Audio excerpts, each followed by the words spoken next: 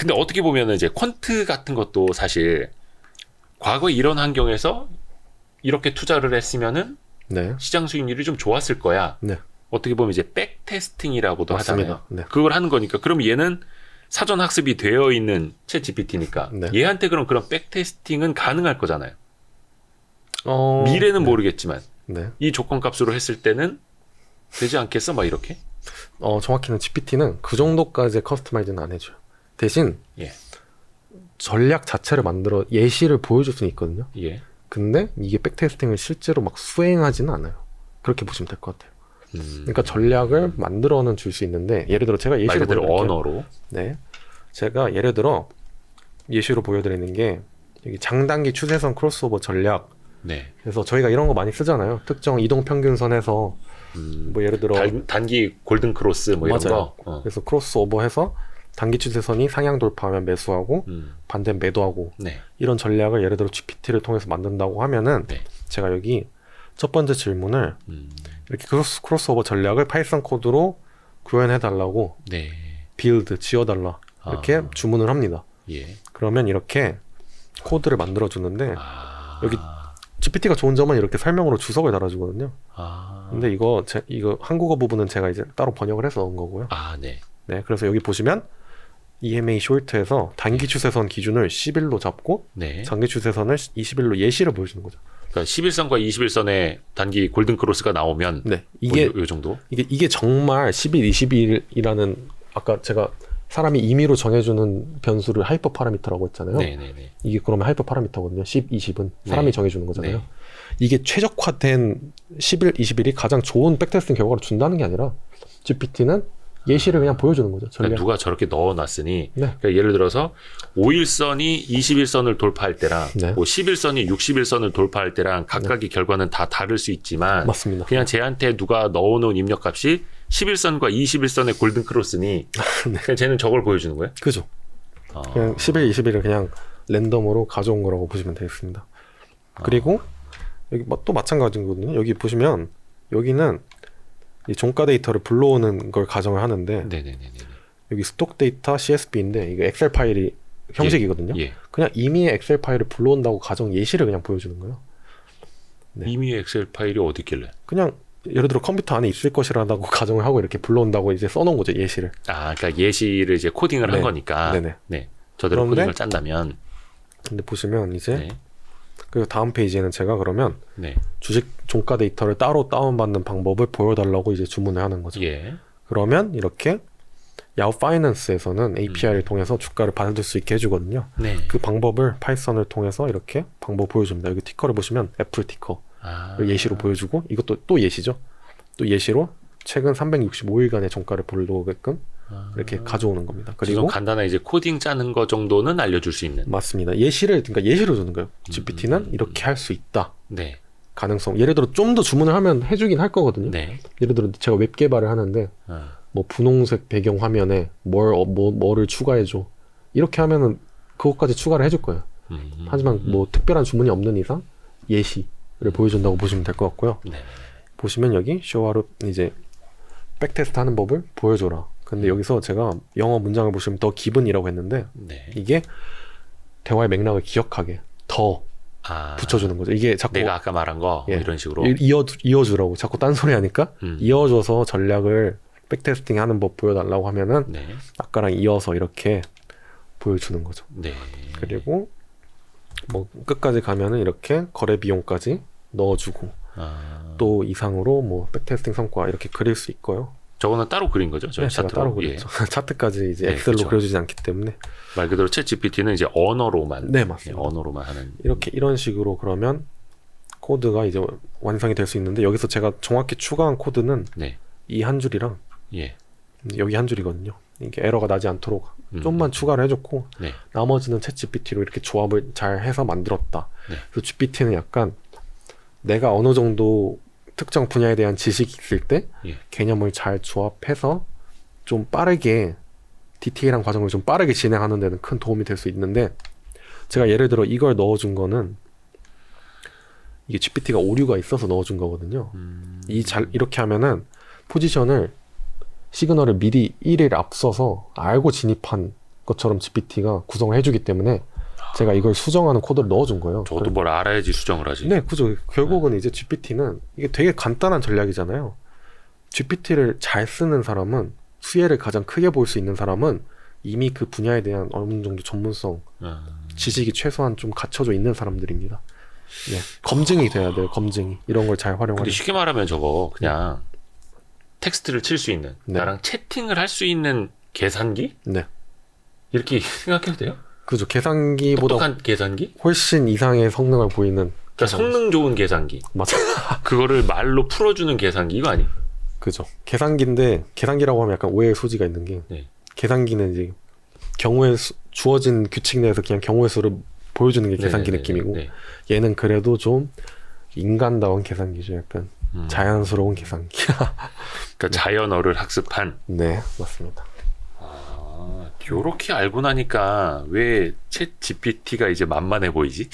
만만하다고 저는 못 보는 게, 저는 가능성 한 개 다 열어둬서 네. 일단 GPT 되게 무섭습니다. 제가 보기에 대체할 수 있는 직업군이 한두 개가 아니에요. 네. 근데 방금 말씀하신 걸 보면 네. 챗 GPT로 퀀트 전략을 결과적으로 짤 수는 없다라는 거 아니에요? 짤 수 있죠. 편하게 짤 수 있는데. 그러니까 약간 편의성을 좀 도와준다지. 맞아요. 약간 예를 들어서 내가 진짜 미래를 예측하는 거를 얘가 짜서 이거는 아닌 거고. 맞아. 예를 들어 제가 퀀트는 어디까지 예시고, 퀀트는 예시고 그냥 다른 분야라고 생각해 보세요. 네. 각각 분야. 저는 퀀트 예시를 드리는 겁니다. 예. 이제 퀀트 전략을 짤 때 구글 서칭으로 할래, GPT를 쓸래라고 물어보면 네. GPT보단 구글이 나아요. 상식적으로. 왜냐하면은 GPT는 커스터마이즈해서 이렇게 만들어 주긴 하죠. 네네네. 근데 구글 서칭을 써야 예.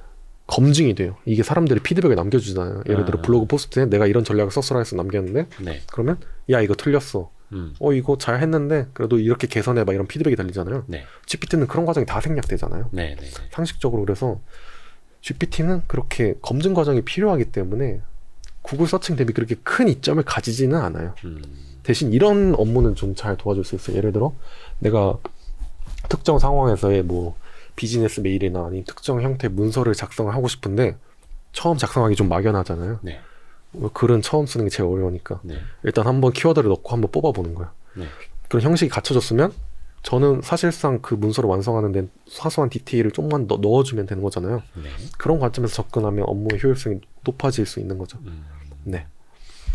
근데 이게 정말 GPT가 마법의 방망이처럼 모든 분야의 솔루션 제공해 주는 건 당연히 아닙니다. 네.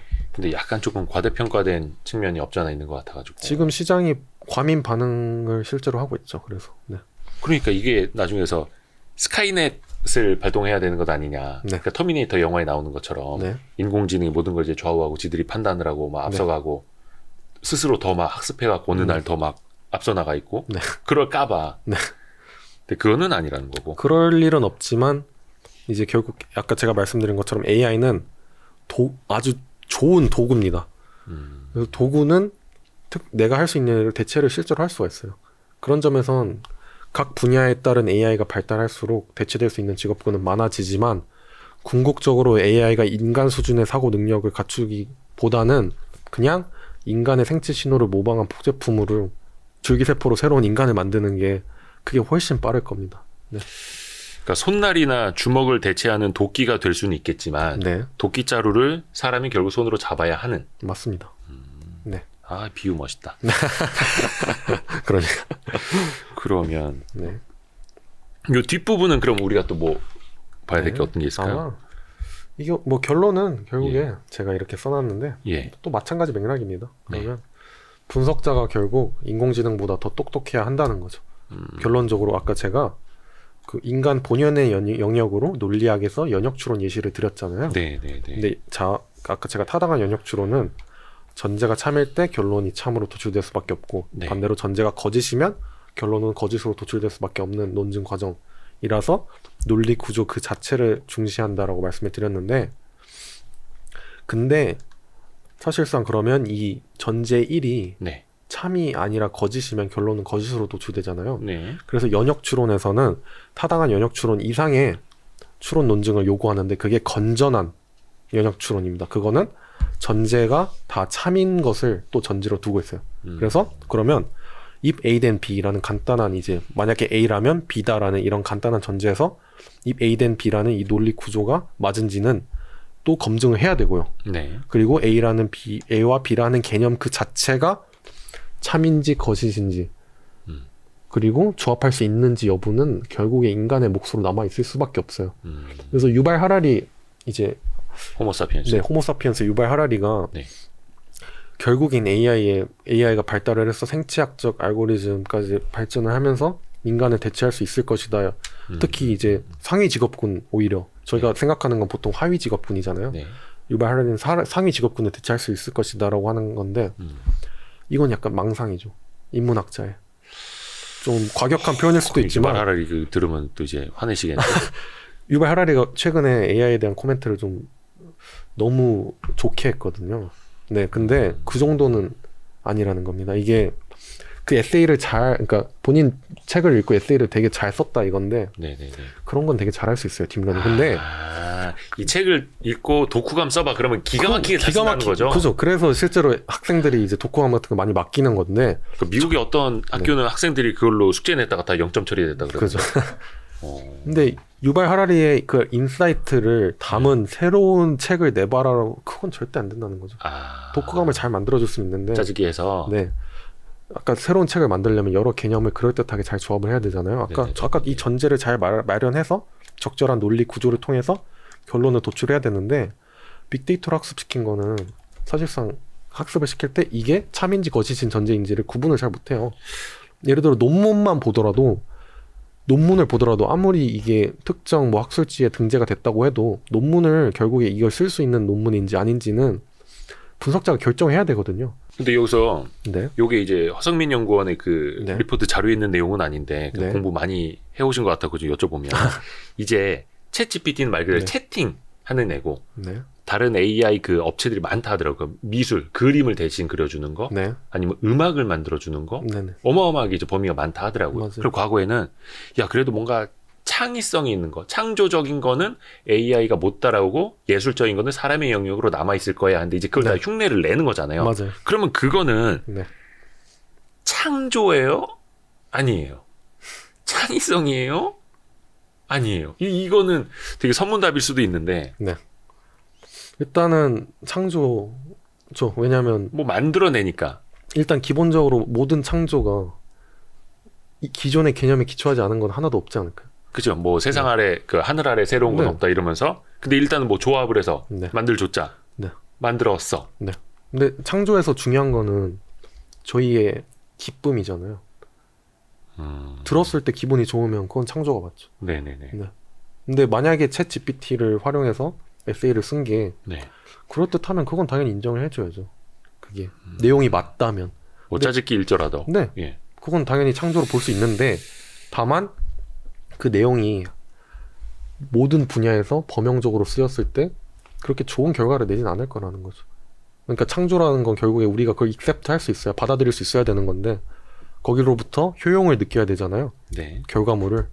근데 챗 GPT의 그런 창작물들이 효용이 있을까에 대해서는 음악이나 이런 거는 다 가능하겠죠. 이런 건 다 창조라고 저는 봐도 된다고 생각합니다. 근데 사람들이 또 바뀌겠죠, 패턴이. AI가 좀 반복적인 패턴으로 좀 유사한 결과물을 만들어내면 사람들은 거기에 또 염증을 느끼겠죠. 근데 그 반복적인 패턴이 네. 뭐 100가지, 200가지가 아니라 네. 뭐 몇 천억까지 뭐 이렇게 돼버리면 네. 사람들은 그걸 이제 다양성, 창의성이라고 생각을 할 거 아니에요. 네. 예를 들어서 챗GPT랑 채팅을 하듯이 아니면 영화 허에서 나온 것처럼 네. 그건 기계와 학습돼서 하는 건데 사람은 거기에 대해서 이제 감정을 느끼게 돼버리고 하니까 네네. 그렇죠. 그러면 이제 아까 말씀하신 것처럼 네. 뭔가 조합을 해서 보여주는 거지만 네. 짜집기지만 사람이 감정적으로 새로움을 느끼면 네. 그럼 그걸 이제 창의성이라고도 우리가 느끼게 되는. 그죠. 경우의 수를 잘 조합해 주는 거잖아요. 그러면 AI를 당연히 써야죠. 근데 그리고 예를 들어 디자인이라고 생각해 보세요. 네. 앞으로 로고 같은 거 만들 때 그 로고만 전문적으로 만들어주는 AI 업체도 있다고 맞아요. 그러잖아요. 그런 식으로 앞으로는 예를 들어 홈페이지에 좀 그럴듯한 사진을 넣고 싶으세요. 만약에 네네네. 그냥 AI한테 맡길 것 같지 않으세요? 그거 직접 빠르고 쉽고. 후소문해서 디자이너 찾는 것보다 그래서 요즘에 저기 뭐 유튜브 썸네일 만들어준다는 뭐 AI 맞아요. 업체도 있고 막. 네. 거기서 저희가 그걸 쓰는 이유는 그게 그럴듯하고 만족해서잖아요. 네. 그럼 당연히 쓸 수 있는 거죠. 근데 이게 그런 분야에선 잘 먹히겠지만은 네. 이제 다른 분야에선 좀 힘들 수 있다는 거죠. 네. 한계가 분명히 있습니다. 그러면은 터미네이터는 걱정 안 해도 되는 겁니까? 그때 타임머신은 또 다른 문제라. 예. 근데 이제 학습의 양이 많아지면 결국 네네. 얼마나 그 인간하고 가까워지느냐, 요걸 이제 인간들은 걱정을 하거나 기대를 하거나 그거잖아요. 네네. 아까 그 누구의 말이라고요? 뉴런 개수가 그 인간만큼 가까워지면 혹은 인간을 초월하면은 그게 이제 인간을 넘어서는 AI가 되는 거라고. 네, 손정희 소프트뱅크 손정희 회장. 그 말을 되게 줄기차게 외쳐왔습니다. 그러면 그게 어느 정도는 돼야지 이게 인간을 넘어서는 그것도 일종의 특이점 막 이렇게 될 거 아니에요? 맞아. 제가 알기로 뉴런의 개수가 예. 뭐 150조개? 아마 그 정도에 근접했었을 거예요. 네. 150조. 네네. 아마 그게 상징적인 의미로 쓸 겁니다. 이거 확실하진 않습니다. 네네네. 그럼 아직까지는 좀 시간은 있는 것 같기는 한데 시간만 있는 것 같기도 하고. 근데 아까 말씀드렸다시피 이제 그게 맞는 말이다 이런 전제는 없기 때문에 이게 딥러닝이 각 이제 개발자들 입장에서 약간 이런 거예요. 아까 제가 귀납추론 말씀드렸잖아요. 네. 그런 귀납추론 방식으로 접근했는데 문제를 푼다, 논리적 추론이 요구되는 문제를 푼다라는 건 약간 변칙성 같은 거거든요. 그러니까 나는 얘를 이런 용도로 훈련시킨 게 아닌데 여기까지 해버리네. 약간 이런 거예요. 개념을 잘 조합해서 문제를 푸는 것처럼 보이네. 이건 변칙성이에요. 그래서 파라미터 개수를 늘려서 학습시킨다는 건 앞으로 얘가 풀 수 있는 문제에 대해서 약간 변칙성을 기대할 수 있다는 거죠. 기존에 못 풀던 문제, 내가 예상치 못한 문제를 풀 수도 있네? 이렇게 새롭게 발견하는 그런 계기가 될 수도 있는 거죠. 네. 어떻게 보면 조합. 네. 조합인데 엄밀하게 원리는 모르지만 개념을 잘 조합해서 푸는 것처럼 보이는. 그래서 제가 항상 표현을 푸는 것처럼 보이는이라고요. 푸는 것처럼 보이는. 그러니까 딥러닝 모델이 잘 학습할 수 있는 경우가 있고요. 이렇게 언어를 통해서 텍스트를 이해해서 문제를 논리적 추론이 필요한 문제를 푸는다. 이거는 그렇게 보이는 거죠. 네. 딥러닝이 잘 풀 수 있는 거는 그 뭐 예를 들어 이런 거죠. 이미지 분석을 통해서 얘가 개인지 고양인지 네. 이런 거를 잘 구분을 할 수는 있겠죠. 그렇죠. 근데 이렇게 아까 말씀드린 것처럼 단순히 이렇게 패턴으로 많은 패턴을 봐서 개와 고양이 사진의 수많은 패턴을 봐서 확인하는 작업이 아니라 수학 문제를 푸듯이 논리적인 추론이 필요한 영역은 딥러닝이 접근하기 되게 까다로운 분야라는 것. 근데 이제 구글 딥마인드 같은 경우는 그런 걸 좀 시도를 하죠. 정말 순수 수학 문제를 증명하거나 푸는 알고리즘, 딥러닝 모델을 개발할 수 있도록 네, 그런 쪽으로 이제 기술을 많이 좀 포커스를 맞추고 있기 때문에 사실 앞으로의 AI 이제 발전 모습을 기대하신다면 단순히 얼마나 인간과 같은 말을 하느냐보다는 얼마나 저희 순수하게 인간이 할 수 있는 영역을 대체하느냐 이거에 좀 더 초점을 보고 앞으로 발전을 지켜봐 주시는 게 더 나을 것 같습니다. 여기서 참 그 질문 드려야겠다. 네. 아마 2월 8일 그 미국 시간으로 네. 구글이 BART 네. 그게 뭐 시인이라는 뜻이라면서요. 네. 그걸 이제 시연을 했는데 제임스 망원경에 대해서 뭐 이렇게 9살 아이에게 설명해 줄 수 있는 걸 좀 얘기해 줘봐 했는데 틀린 답을 해서 개망신을 당하고 막 주가도 7% 빠졌나? 맞아요. 급락을 했는데 네. 근데 이제 그거 보고 사람들이 에이 아직 구글이 오픈 AI 못 따라간다고 막 하는데 네. 근데 나중에 딥러닝을 통해서 하는 거는 구글의 딥마인드가 훨씬 더 무서운 거 아닙니까? 그리고 학습의 속도나 자율성 이런 측면에서 보면 그죠. 제 GPT는 되게 급하게 나왔어요.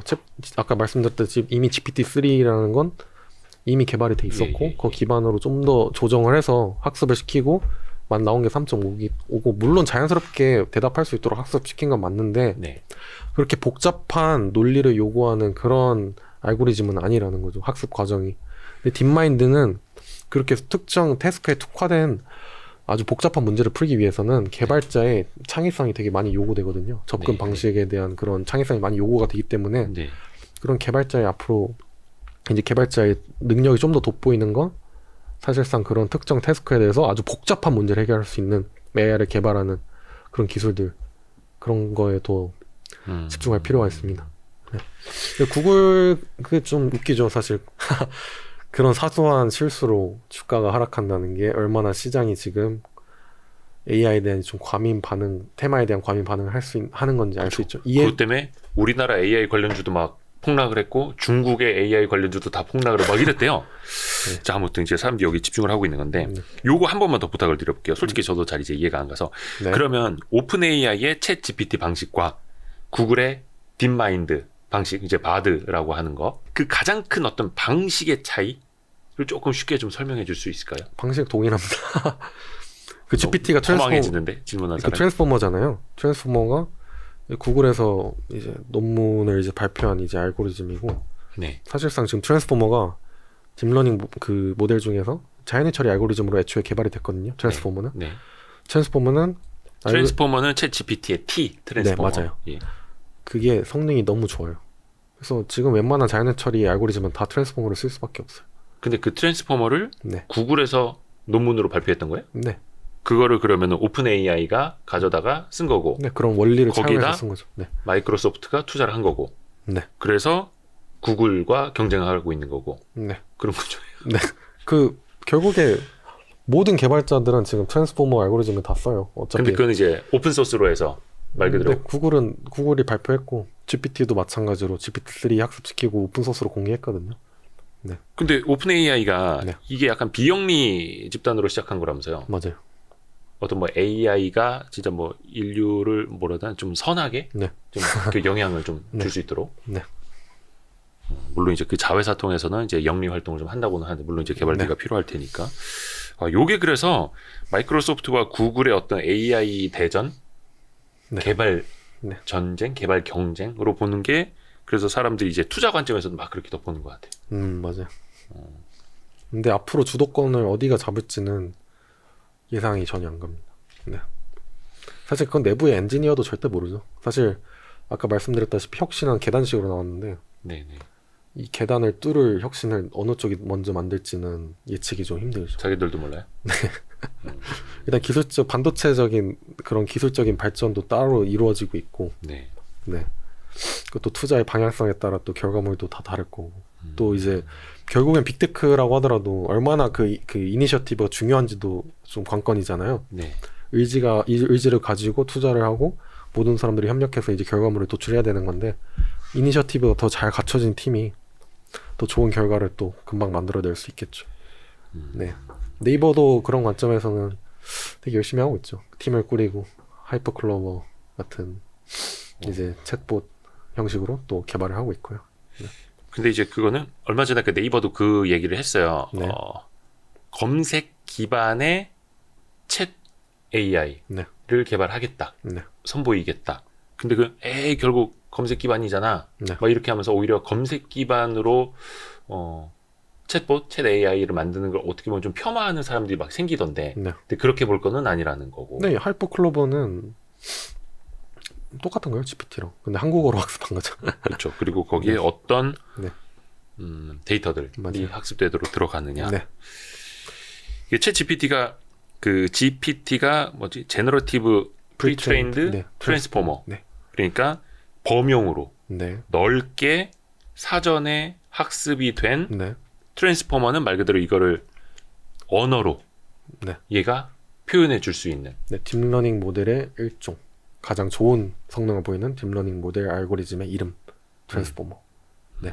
아마 그런 이름의 유래가 약간 그런 식이겠죠. 자꾸 트랜스포머 하면 자꾸 그 마이클 베이 그 감독의 그러니까요. 영화만 떠올라가지고 자꾸 그거로 그죠. 연상이 되는데 그게 아니고. 근데 실제로 그렇게 많은 분들이 생각하실 수 있을 것 같아. 이게 로봇이라 트랜스포머가. 범블비가 말하니까. 예. 근데 그 범블비 그게 아니라. 저 방금 그 생각이 이제야 드네요. 이제. 아니 왜냐면 범블비도 다 라디오에서 나오는 네, 그 맞아요. 소리 학습을 해가지고 지금 말하는 거잖아요. 맞아요. 그거랑 좀 비슷한 거예요? 원리는? 원리요? 아니요, 아닌가? 네. 아무튼 그 이름 뜻 안에 사실은 네. 어떻게 보면 이 챗 GPT의 방식도 다 담겨 있는 네네. 거였고, 요거는 나중에 그 네. 챗 GPT 뭐 4.0이 언제 어떻게 나올지, 그 다음에 네. 이제 3.5 버전을 또 얼마나 많은 사람들이 쓰게 될지, 또 어떻게 활용을 하게 될지 또 변화가 생길 테니까 네. 또 이거는 이제 투자 측면에서도 그렇고 네. 많은 아이디어를 또 제공해 주십시오.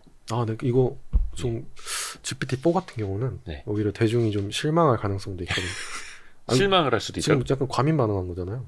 기대치가 네, 높잖아요. 근데 GPT-4가 예상보다 좀 별로다 싶으면은 GPT 3.5 대비 4.0인데 뭐 크게 달라진 게 없네? 라고 하면은 오히려 시장은 실망할 수도 있겠죠. 오픈AI CEO도 계속 그 루머 있잖아요. 아까 제가 루머다 말씀드리는 것들. 멀티모달일 거다. 파라미터 1쪽에 넘을 거다. 이런 루머들 자꾸 퍼뜨리지 말라고 그 CEO가 자꾸 좀 너무 앞서가지 말라고. 네, 억누르고 있거든요. 이게 시장의 반응이 너무 핫해서 그런 점을 의식하고 있을 거예요. 이게 지금 내가 보여준 퍼포먼스 대비 시장이 너무 자꾸 반응을 해버리니까 네. 좀 억눌러야죠. 그래야 실망 안 하죠. 네. 알겠습니다. 나중에 또 이거 달라지는 것도 계속해서 업데이트를 부탁드리겠고요. 우리 네. 유진투자증권의 허성민 연구원이었습니다. 고맙습니다. 네. 아이고 감사합니다. 네, 감사합니다.